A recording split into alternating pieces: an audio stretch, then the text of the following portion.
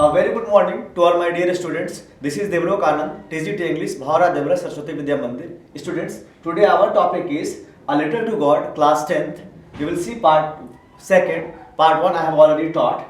Let us see. But in the hearts of all who lived in that solitary house in the middle of the valley, there was a single hope, help from God. You know, students, Lencho was in a deep trouble. His crops were ruined, destroyed due to the hailstones, and now he has no hope from anybody. And since if he has no hope from anybody, he has only one hope, single hope left, that is help from God, right? So don't be so upset, even though this seems like a total loss. Remember, no one dies of hunger. So these words are conveyed to himself by Lencho. He is saying that, oh my heart, please don't be upset, even though this seems like a total loss. Remember, no one will die of hunger, no one dies of hunger, right? It is God who will help me and my family, right?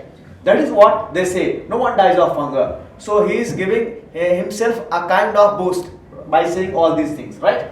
All through the night, Lencho thought only of his one hope, the help of God, whose eyes, as he had been instructed, see everything, even what is deep in one conscience. Lencho has now full belief that it is God who is going to help him. He is saying these words that it is the God who has given us eyes to see things. It is the God who has given us a breath, organs, sense organs to have the feelings. It is the God who is in our conscience and soul, right? Lencho was an ox of a man, walking like an animal in the fields, but still he knew how to write. Lencho was an ox of a man. Student, this means that he was a very hard working person, right? Walking like an animal in the fields means he was very laborious. He used to give a lot of hours in the fields, right? But still he knew how to write. But he was educated enough to write something. Okay? The following Sunday at daybreak, he began to write a letter in which he himself would carry to town and place in the mail. So the next Sunday, the following Sunday means the next Sunday, when the Sunday approached, he took a paper and a pen and started to write a letter to God, right? What the letter was written for? The letter was written to help him, right? Because his crops had got ruined, okay? It was nothing less than a letter to God. I have told you. Now, God, he wrote, if you don't help me, my family and I will go hungry this year. What he writes in the letter? He writes that, God, if you do not help me, if you will not come for help for me and my family, what will happen? My family and I will go hungry this year.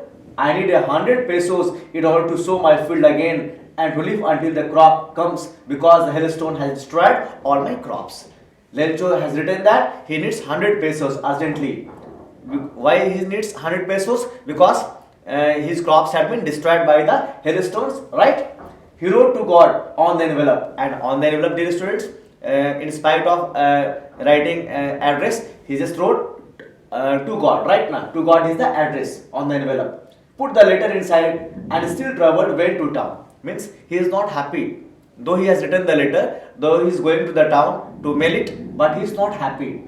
Right? At the post office, he placed the stamp on the letter and dropped it into the mailbox. When he reached the post office in the town, he just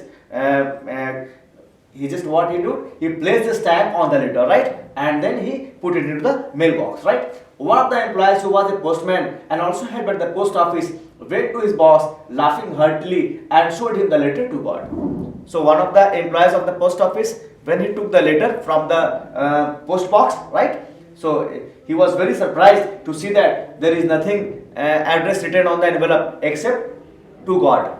So he had never seen this kind of address on the envelope. So he took the letter and went laughingly to his boss, right now. Never in his career as a postman had he known that address, right? Since he was a postman, he used to deliver letters to homes, right? But he had never seen such a surprisingly a new address, right? The postmaster, a fat, amiable fellow, also broke out laughing, but almost immediately he turned serious and tapping the letter on his desk commented, "What faith! I wish I had the faith of the man who wrote this letter, starting up a correspondence with God." The postman, who was a fat person, who was a friendly person, amiable person, first of all, he also started laughing, seeing his employee laughing, right? But at once he broke out laughing and immediately he turned serious, right now. He became serious and tapping the letter on his desk, he commented, "What a faith I wish I would have the faith like that person who had just mailed this letter, right? So in order not to shake the writer's faith in God, the postmaster came up with an idea, answer the letter.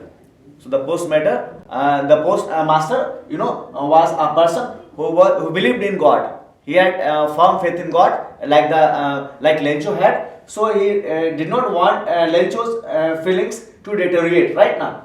So he did not want to shake the writer's faith in God, right? Here writer is for the Lencho. So the postman came with an idea to answer the letter right now. So what was needed to answer the letter? The only thing which was needed to answer the letter was the 100 pesos which Lencho had demanded, right? But when he opened it, it was evident that to answer it he needed something more than a good bill, ink and paper. Means he was not knowing first how to answer the letter, but when he went to the letter, so he knew that it was nothing to write like something from the God, but he needed a help. But he stuck to his resolution. He asked for money from his employees. He himself gave part of his salary, and several friends of his were obliged to give something for an act of charity. Means when he came to know that to answer the letter he needed 100 pesos, he asked from his employee for the money. He also gave his part of his salary. He also collected money from his friends, right, whom he was knowing, right, as a charity. It was impossible for him to gather together the 100 pesos, so he was able to send the farmer only a little more than half. Little more than half means 100 pesos, little more than half means 70 pesos, 70, right? Okay. So he put the money in an envelope addressed to Lencho, and with it a letter containing only a single word and a signature God. Means he put the money inside the envelope, and he on the envelope he wrote God as a signature right now. So this was part 2 students. I hope this would be easy to understand you. Now here are the oral comprehension questions. Let us see. Who or what did Lencho have faith in? What did he do? So Lencho had faith in God, right? And what did he do? He wrote a letter to God for 100 pesos because he knew that it was the God who is going to help him and his family, and he will not let them die of hunger, right? Who read the letter? So it was the postmaster who read the letter, right? What did the postmaster do then? Postmaster came with an idea in order to help, right? But when he went to the letter, he came to know that it was just not needed ink and paper, but to answer the letter, he needed more than this, and that was the money, right, which he had collected from employees. He gave also part of his salary, and he also collected money from his friends as a charity. In this way, he came with the idea and thought to help the Lencho, right? What did the postmaster do then? I hope students this is clear. Next thing in the next video. Thank you so much, dear students.